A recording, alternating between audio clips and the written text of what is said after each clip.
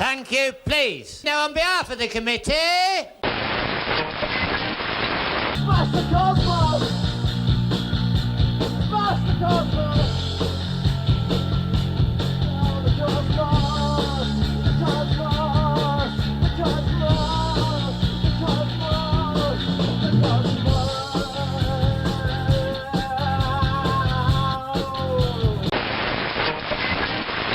There are times when we are figuring out those rules as we go along, and we are still doing some of this stuff on the fly.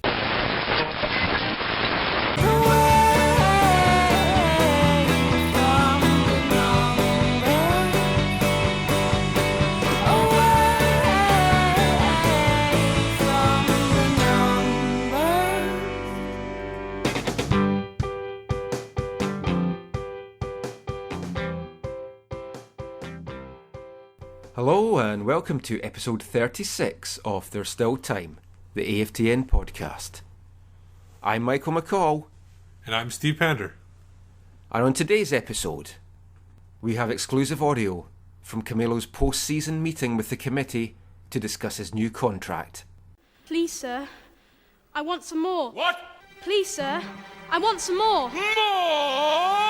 Catch him! Snatch him! Hold him! Scold him! Pounce him! Pounce him! Pick him up and pounce him! We also hear Bobby Lenarduzzi's phone call to Don Garber after the Andre Lewis contract fiasco. Well, here's another nice mess you've gotten me into. And Seattle's Ziggy Schmidt joins us on the phone to tell us about the Sounders' pre-season plans. But let's start with some breaking news that just came out this morning, Steve. Whitecaps announced an official affiliation with Charleston Battery of USL Pro. That is going to be our farm team for the forthcoming season. Initially a one-year deal, obviously with a view to extending it down the road or looking at options after that. Yeah, the options obviously could be a local team here too. Maybe that's why they're only doing a one-year deal, because everybody was always talking about 2015 as maybe being the year for the Langley team, potentially, or the Victoria team being the actual farm team for the Whitecaps. What's your initial thoughts on the whole sort of affiliation though? Last year we had Ben Fisk, Bryce Alderson and Emmanuel Adjeti, or however you pronounce his name. They all went down there. And it was kind of a mixed report. You spoke to Ben and Bryce when they came back, and they weren't totally enamoured by the whole experience. You could take it one of two ways. Either they weren't satisfied with the setup there, or they were just frustrated because they were going through a lot of injuries. Bryce especially seemed to say it was a kind of a waste of a year. But again, we don't know how he was taking it, whether it was the injury that was playing a part in that more. But even when he wasn't injured, he wasn't really getting game time, or all the guys weren't getting like guaranteed first team minutes. And that's the interesting thing on this. The Caps are saying there's going to be a minimum of 4 players go down to Charleston. And TFC, yesterday, they announced their affiliation with the Wilmington Hammerheads. And again, they've got a minimum of 4. So that must be some kind of MLS deal that if you make an affiliation, you have to send at least 4 guys. Yeah. But TFC also said, or one of their journalists reported it, I can't remember if it was official or if it was just like media reporting it, that they've got a deal that their players will have guaranteed playing time. And I haven't seen that that's going to be the case with the Whitecaps. It's more assurances, I think, that they will get enough time or whatever. Obviously, they know that the players are going to have to perform well in order to get that playing time. They're just not going to put somebody that's off form. The thing is one thing we should discuss is they're saying 4 players. Is that enough? Are they going to be only sending 4 players? Is it going to be more? They've also said that they're not going to be having the reserve league anymore, which seems kind of, I don't know if it works for the Whitecaps, because you need those times, local games too, in order to get the people that aren't getting time minutes on the pitch against some competition. It's a strange one because TFC, they've pulled out the reserve league for this year as well. I don't like it. I know you don't have a lot of games. I can't even remember if it was 12 or 14 or 16 or something last year. I don't think it was that much at all. But players need games, and it doesn't matter if it's reserve, if it's USL Pro, and if you're only sending 4 down, what happens to the rest of the guys? They need to be playing more than training. There's more benefits playing a game, even if it's against weaker opposition, than it is just training non-stop. I just don't get that. And we talked about it in the season, in Review podcast where at one point in August or whatever it was when Andy O'Brien came back and he didn't have any games to play in order to get into kind of a game shape, and he was thrown right in there. He made mistakes against Chivas and LA Galaxy, and they cost him points that could have led to missing the playoffs. So you need those games even for players, because you're not going to send Andy O'Brien down to Charleston to play in a couple games. That's a long distance for him to fly out to, especially a veteran player. You need those local games for some of these guys that are coming off injury to get some time in order to get back into game shape. An interesting tweet while we're just recording here from Ben Jada. He can be found at Ben_Jada. He tweeted out, USL Pro partnerships may mean less reps for young bench and academy players, but it should help improve competition level in lower divisions. Now, the problem with that, and example of that, what he was trying to say, I think, is last year, Sam Adekubi was with the academy team. He got into the reserve games, started a majority of games at left back, and that showed the Whitecaps that he was capable of playing in the league or being close to it, and they signed him to a contract. That's going to hurt some of these academy players that are looking for contracts, because they're not going to be able to send them all the way down to Charleston just for a few games and then bring him back up for a few games here. I think cancelling the reserve league is a big mistake. There is the chance, of course, to play local games against the local universities, and they are going to be playing SFU in their kind of spring schedule. But there's two ways to look at it. The players are going to be playing in a professional environment. So in a lot of ways, playing in USL Pro is going to be above the level of Reserve League. At the same time, on the flip side, 4 players, or if they even send 5 or 6 at a time, it's not ideal for them, and they need to be playing a lot more. And if they only send like 4 players, I just don't see how that's going to help all the guys that need to get playing time. Let's look at some individual players like Eric Hurtado and all the draft guys, which we're going to come to in a second. If they're not in the game day 18 and they're too old to play for the residency, and the PDL season doesn't start until middle of May, how are you going to get these guys getting meaningful minutes? And the only way to control that is to have your own USL Pro team, where the whole team can be your players and your developmental players. But these guys need to be playing regularly, and if there isn't a guarantee that these guys will even be starting, it's a big risk sending them down there. Maybe they send those fringe MLS guys like Eric Hurtado down to the MLS because they know they're not going to get much playing time, and they use the guys like Ben Fisk to be part of their 18s because they know they're ready now or something like that. So we'll keep you posted on this as the season goes on. At least it's more games for us to watch. We can take a lot more interest in Charleston Battery now this season. But of course we have less games locally to watch. That is the bad thing. But Charleston play in black and gold stripes, which is East Fife's jersey. Excellent. Now some of the guys that might benefit from the deal with Charleston and get some playing time down there are some of our draft picks. And we now have 6. 3 more players selected in the 3rd and 4th round of the Super Draft on Tuesday, Steve. None of them signed with other teams. That we know of so far. Yes. And we added a couple of new Mexico Lobos and a Canadian striker. Yeah. And one of the guys you were championing for selection by the Whitecaps, and he was the last pick for them, Michael Calderon. Yep, very happy with that. Obviously pressure's on me now to make sure that he's a good player, but he's delighted to be joining. And I know Jake DeMerit had spoken to him before the draft just to let him know that the Whitecaps were interested in him. I know he was taken deep, and usually like guys that are taken in the 3rd and the 4th round, the chance of them making the squad is going to be very, very slim. And that counts for all 3 of the guys. But occasionally some of them stick. Greg Clausura, maybe a bad example, but Greg Clausura was one of those guys. And Calderon, a lot of the mock drafts had him in the top 50. Some of them had him going in the 2nd round. Some of them had him going in the 3rd round. I think with his age, he's 25, and the fact that he takes up an international spot put a lot of people off. But I spoke to Carl Robinson, if you read the article on AFTN earlier this week. Spoke to Carl about him, and he was surprised that he went so deep, delighted to get him. And he doesn't care about his age or the international factor. He likes something in him, and he wants to see how he can do. So it's going to be interesting to see how he performs at training camp. And another Lobo joining him is another midfielder, defensive midfielder Michael Kafari. Born in Ghana, but he has been in the States for a while, so he's not going to be counting as an international player. He has a U.S. passport. He was also another, as you said, Lobo. He was played more of a defensive midfield position. A guy who they described as a ball winner, could track a lot, athletic, and could track a lot parts of the field. So yeah, it's maybe like a Gershon Kofi type, although Gershon Kofi definitely doesn't know him.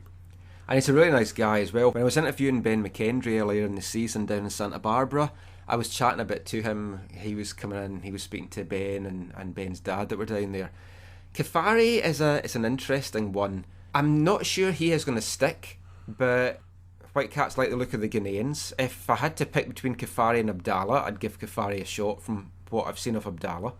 It'll be good for Calderon to have a teammate there. Ben McKendry I actually rated higher than Kefari, so it's going to be interesting to see what that maybe means for Ben's future. Again, spoke to Carl about that. It was on our interview on AFTN.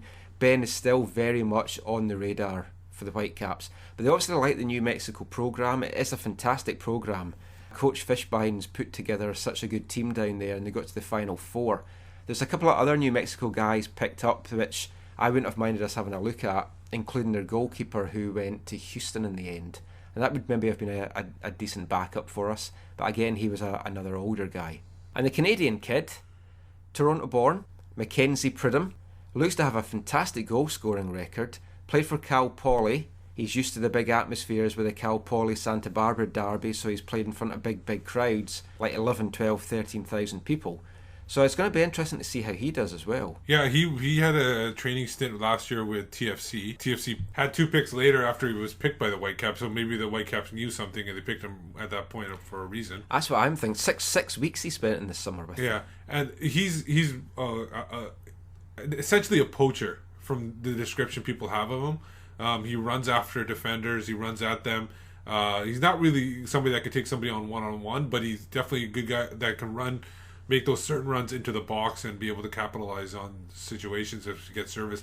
Website, I think it was MLS Soccer, compared him to Dom Dwyer from Kansas City, who had a pretty big impact on the playoffs. Someone on the South Siders forum also said that he has a reputation for being a bit of a dirty player, which obviously I'm going to love. But I also love a poacher, and it's what I felt the Whitecaps have needed all last season, is a poacher that can put the ball in the net. Corey Herzog offered a bit of that, but we just didn't see it enough. And every team needs a poacher to fall on those opportunities, the spills in the box, the parries from the goalkeeper.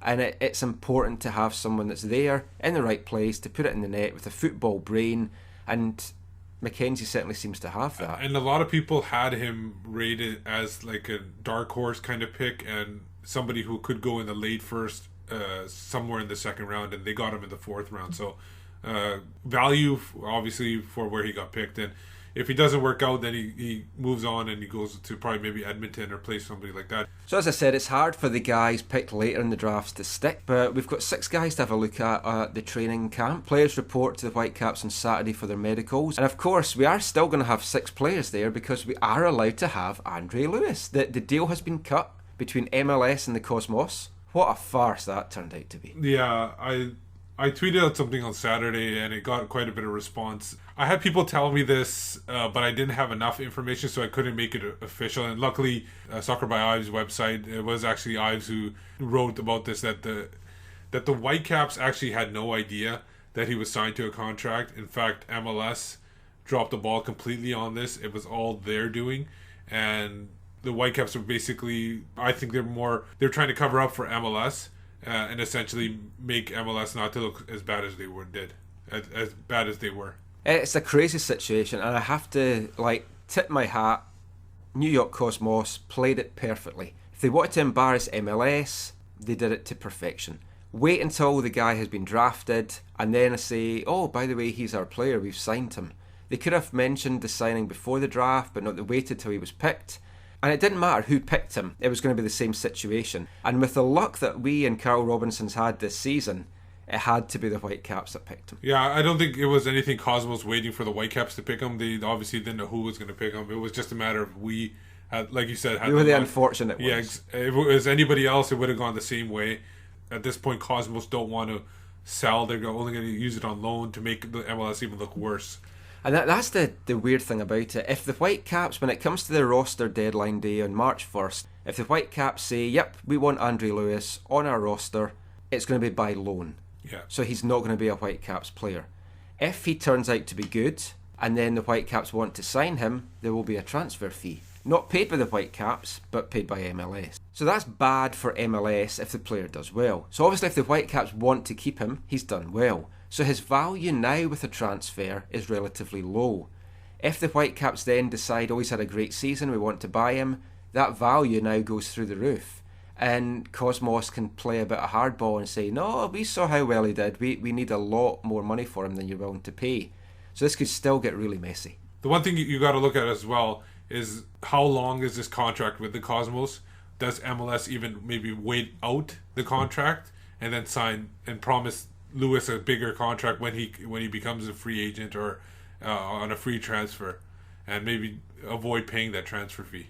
So it could be that we get him for 1 year, he's gone back to the Cosmos, and then we get him on a free for the third year. So it's gonna be, might not be the most ideal situation, but we'll have to see how this works out. It's definitely embarrassing for MLS, and I tell you what, the MLS bigwigs owe the Whitecaps a big favour this year. Between them kind of playing ball and being nice about this Lewis thing, when like behind the scenes you know that they're fuming about this, it's like they won't be happy with this at all. So between the Lewis debacle and the whole Camilla transfer saga, which the Whitecaps didn't try and enforce and put a test to the MLS contract rules in court or through FIFA, MLS owe the Whitecaps a big favour. And that big favour, you would think, is going to be at some point some name player is going to end up here. It's got to be something, or rather, I'm not sure exactly what, but there should be something coming out of the slush fund for this. Now, the Whitecaps also announced a re-signing this week. Captain Jay DeMerit has re-signed, and most people seem to think that's a great re-signing. Are you in that boat? No, it's hard to say no. They had to make the signing. Obviously, we're going to talk about that in a second, but if you ask me, my personal preference, I would have preferred to see Andy O'Brien and Johnny Leveron as my starting two center halves, and have Carlisle Mitchell as my third, and then have the draft pick, obviously Christian Dean as your fourth, and then your fifth is Jackson Farmer if you want to sign him. With you 100% on that. That's where I thought that would fall to. Jay DeMerit, I know why they signed him. It's because he has that face. Once the Camilo was gone, I had changed my whole idea that I knew that definitely there was going to be a signing. I kind of had an idea before Camilo left, but this was basically just to keep the face of the franchise, the first ever signing with the Whitecaps with the team.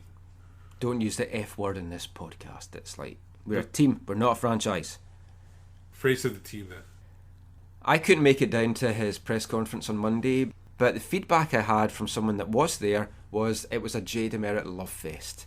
And I just don't fall into that boat at all. I don't know if you saw the article that I wrote on Soccerly about him. I still think he has a lot to prove here, and I don't think he's the best centre-back that we have at the club just now. He's okay in the air, pretty good in the air in fact. You run at him at the deck, someone with pace going at him, I think he's a weak link in the team, and he's not as good as people are making it out. He's had a great backstory to get where he is. No, he was the first player signed to an MLS contract in the new era.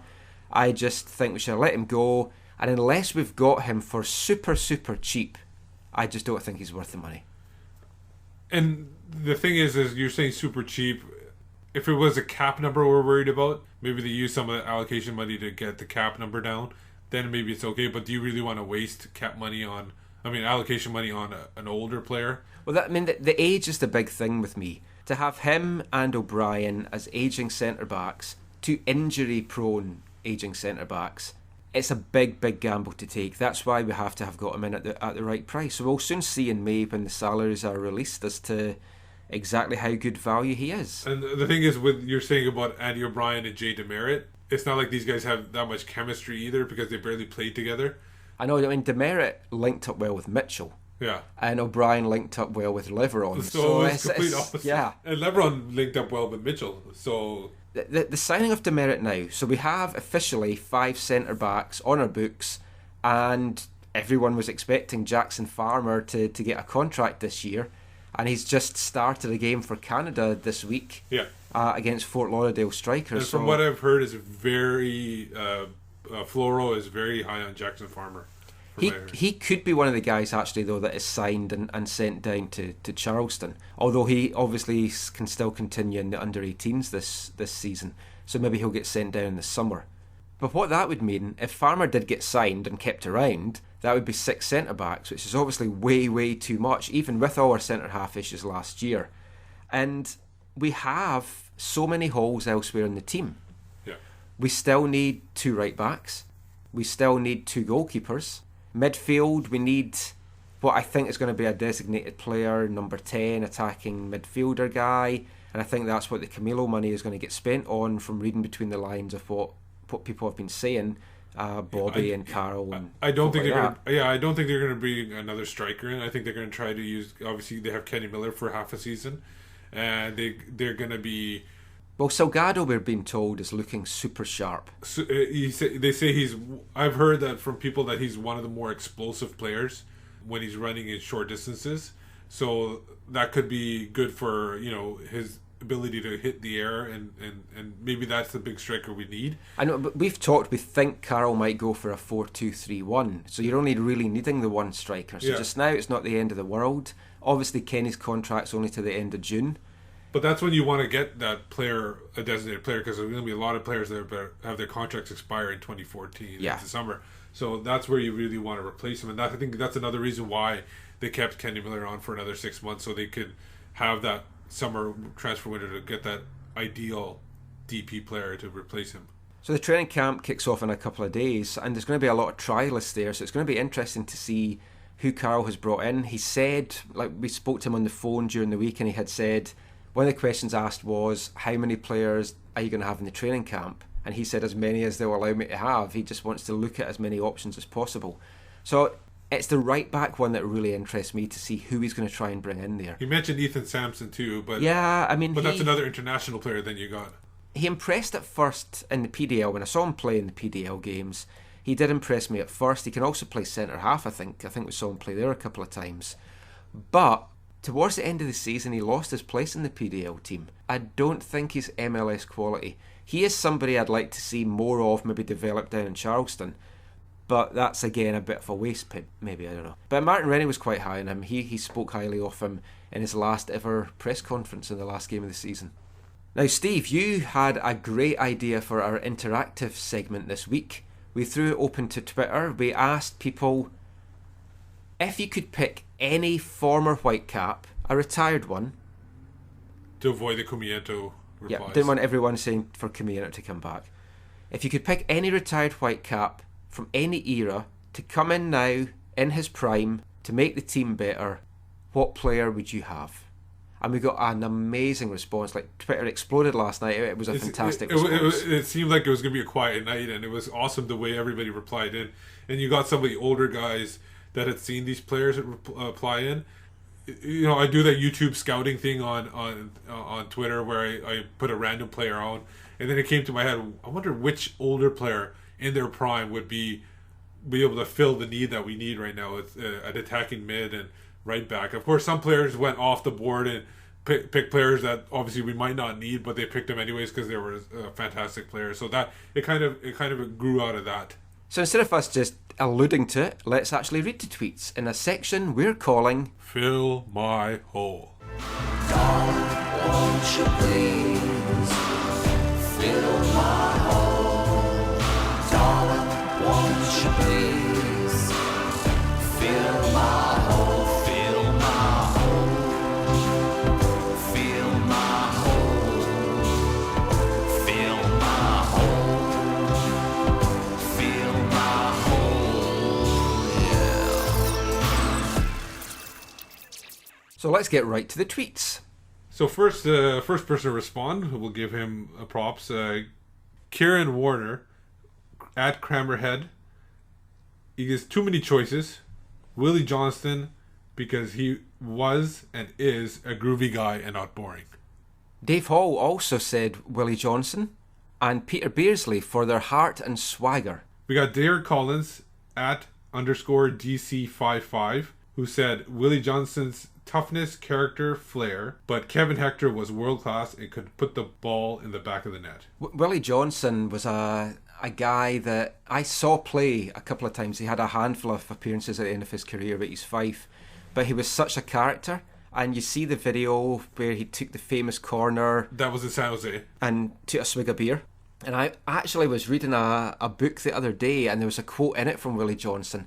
He seemed to like doing things in corner flags, because in one of the games in England, he actually bought a greenhouse from a guy over the course of a few games. And every time he went to take the corner, he negotiated the price with the guy until he got the price he wanted, and then he bought the greenhouse. That's funny. So we also have, then a lot of people went into your pick. Yeah, my pick would be Dominic Mobilio, because I just feel the Caps need a guy that knows how to find the back of the net. And Dominic, although I never saw him play in person, I've only seen videos, and everything I've read about him and seen about him, he was just such an amazing guy and such an amazing striker. And so Matt Aruda, at Matt Aruda 10, said Mobilio, show the MLS what a real striker was all about. And former player and media pundit Carlo Corazon, at Carlock19, he echoes those comments, and he said, with respect to all mentioned so far, what the Caps need right now is Dominic Mobilio. And he said, without a doubt, he was the most natural goal scorer ever seen in this city, maybe even in Canada. Michael Stevens, at Caps of White, also backed it up. He said definitely Mobilio for him as well. He saw him play a lot when he was a boy, and he was just like really amazing. Alan Arrington, at Alan Arrington, one of the most known soccer coaches in the Lower Mainland, said Dominic was a one-off. Never will be replaced. Most natural finisher ever seen. At Crammerhead came in again once more. Kieran Warner. He said, if I were to go with the later years, it would be Mobilio or Darren Tilley. And Crammerhead's a Southside original, veteran of the old Swan Guard, goes way back to the NASL days. And he posted a video of the 86ers destroying Tennessee Rhythm. It was a 7-0 game, and it was a hat-trick for Darren Tilley.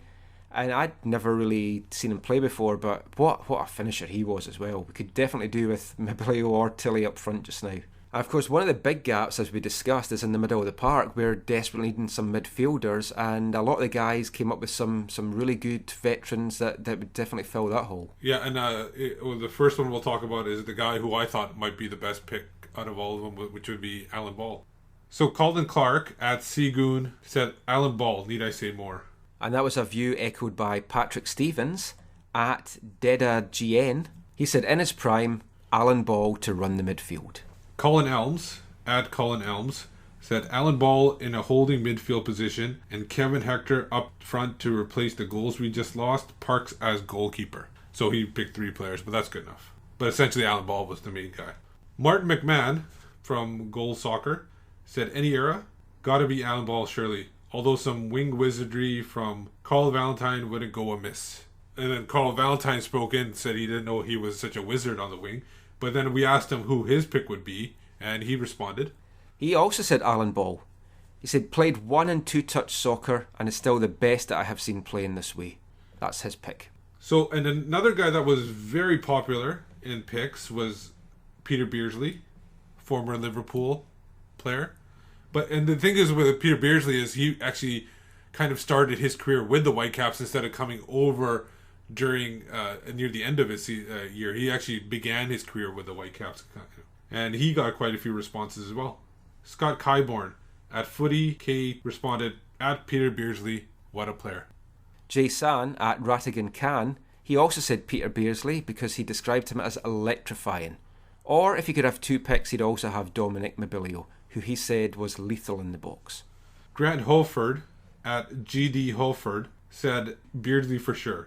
My dad won't shut up about how good he was. Stefan Eriksson at _PNGUIN, he went for Peter Beardsley as well, because he could score and he was a Red Devil despite not making an appearance. So I don't know how you could be a Red Devil without making an experience. Well, like Paul Ritchie was with Rangers, but he never actually played for Rangers. Oh, so he's a Ranger. Yeah. So some of the other ones we had, well, we should mention, like we were saying, need for this, like what would fill the Whitecaps need. And at Pete Chad, the host of Whitecaps Daily, who is coming back in February, tweeted out, the correct answer is either Rudy Kroll or Franz Tyson.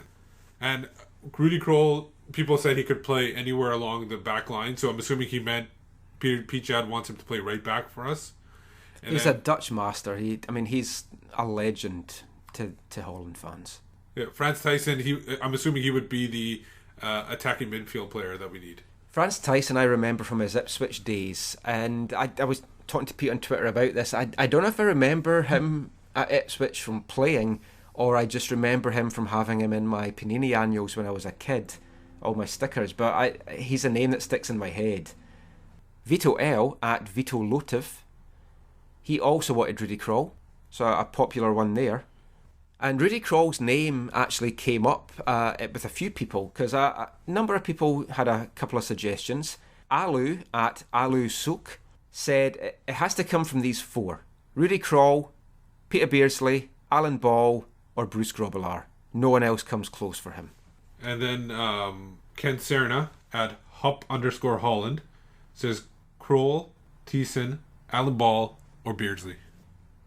Ken also followed up with a later tweet. He said he'd like Grobbelaar in goal with a little John Craven Steele in the back. Would round out the side nicely. ABS at Bad Gonez, he again went for a few. He went for Kevin Hector, Peter Beardsley, or Carl Valentine. He says we don't really need them per se, he just wants to see them play again. Going back up front, Russell Beresford at Squad Player, he wants Kevin Hector. He said goal scoring problem would be solved. I know, and he was a prolific goal scorer in England and over here. It was just amazing some of the things he would do. And Minor Campos at Prof E Campos, he said since the Caps don't have a backup keeper, he selects Paul Dolan, although he does have another kind of contract at the moment. Yeah, well, I think Paul Dolan would probably be outplayed. I think he might even take the position from David Ousted if he was in there. I don't think he would be the backup to him. So we'll go through some more. Andy M. Swampo, at Swampo.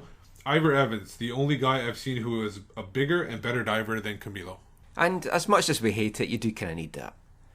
Jamie at Landradis_Footy,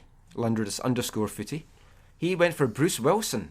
May not be the most flashy, but he was durable, a local, a leader, and would lock down the defence. Drayton Allen Van Ass at Drayton Van Ass responded with David Morris, no explanation needed. As did Davis Khan at Malwa Express. He says Davy Morris, duh, which of course ties in with the famous song that used to be sung round Swangard, We All Dream of a Team of Davy Morris. And he would obviously, if he was there, he could fill in a bunch of needs then, because he would be playing out different positions. And the final one, you'll be glad to know, because I know we've read a lot out. It comes from Stephen Lamotte, our good friend Slamo on Twitter. He goes for a more recent retiree. He went for a 27-year-old YP Lee to fill the hole at right back. Which is funny considering he's talked about how YP Lee was retired basically halfway through the season. That's why he wants a 27-year-old. We really enjoyed all those memories and going through that. Maybe it worked a little bit better on Twitter last night than it has just reading them all out just now. But hopefully if you're listening to this, it's invoked some memories of these players, and if you don't know who these players were, it's maybe going to make you want to go and check them out on YouTube and look for some of the classic videos that's up there from Whitecaps days of old. And of course it ties in with something which we're running on AFTN, which is our Vancouver Whitecaps all-time greats. If you haven't seen the feature yet, what we're doing is we're looking to name a best 11 in the NASL, CSL/D2 days and the MLS era. Then once we have our three teams and our manager for each team, we're going to narrow those selections down to one all-time greats team. So we kicked the series off last weekend looking for our NASL goalkeeper, and Phil Parkes has walked that. So we're going to have a feature go up on the site on Saturday, just a recap of Phil Parkes' career. So he's going to be the first player that is in our all-time great selection, first player in the NASL 11, so congratulations to Phil. So just before we wrap up here, some breaking news. Well, maybe breaking news. We've not been able to get it confirmed before we have to finish getting the podcast edited. So let's just file this in the rumour section just now. But what we were told this morning was that Carl Robinson is going to be announcing his final assistant coach soon. But all we were told is that the new coach is a former assistant coach at Cardiff City. So we tried to confirm with our source the actual identity of the coach, but unfortunately he's in the UK. Time difference, have to get the podcast finished, we've not been able to. So drawing conclusions from it, which is a little bit speculation, a little bit based on what he said. We don't know whether it's a recent former coach at Cardiff City or whether it's a more distant former coach at Cardiff City. Looking at who they've had as assistants in recent years, I'm kind of pinning my money on one of two people. The more unlikely of the two is a Scotsman called Joe McBride, who I'd be really happy to have here because he played 88 times for East Fife. More likely is that it's going to have been the most recent assistant coach, David Kerslake. Now, Kerslake was Malcolm Mackay's right-hand man at Cardiff, and when Mackay was unceremoniously sacked by Vincent Tan in December, Kerslake was appointed on a caretaker basis. Now, he said all along he didn't want the job. Ole Gunnar Solskjaer got the job and he brought his own team in, and earlier this week, or may have been last week, Kerslake was let go by Cardiff. He's not got a new appointment yet. He expressed at the time that he didn't really have any desire to take over the main coaching role at Cardiff because he's happy being a coach. He's done coaching for over 10 years and he likes the day-to-day hands-on approach that just being an assistant coach gives him. And he comes with a really good pedigree. He played at the top level. He played for Spurs, played for Swindon, and he started off his playing career at Queen's Park Rangers. He was also a coach at Watford when Jay DeMerit was there, so the pair of them also know each other, so there's another connection for us. So as we say, not confirmed. A lot of speculation on our part and like trying to put together a 500-piece jigsaw when you've got two pieces. So we've done the best. It might be complete bollocks, might be something in it, but stay tuned because I'm pretty sure we'll find out who the assistant coach is real soon. So thanks for listening to another episode of the podcast. Steve, tell everyone where they can find you online. You can find me on Twitter at Whitecapsbeat and obviously writing for Canadian Soccer News. And I'm Michael McCall, and you can find me on Twitter at AFTN Canada. Send us an email about anything at all, nice things hopefully, at aftncanada@hotmail.com. Find all our stuff online on Canadian Soccer News, aftn.ca, and also I'll be writing some things for soccerly.com. As we said, preseason camp kicks off this weekend. It's going to be nice to actually concentrate on on-field matters for a bit. Still a lot of new signings to come in, a lot of trialists going to be in the camp, so we'll keep you posted with everything. So until next time, take care and mon the Caps. One day I shall come back. Yes, I shall come back. Until then, there must be no regrets, no tears, no anxieties. Just go forward in all your beliefs and prove to me that I am not mistaken in mine.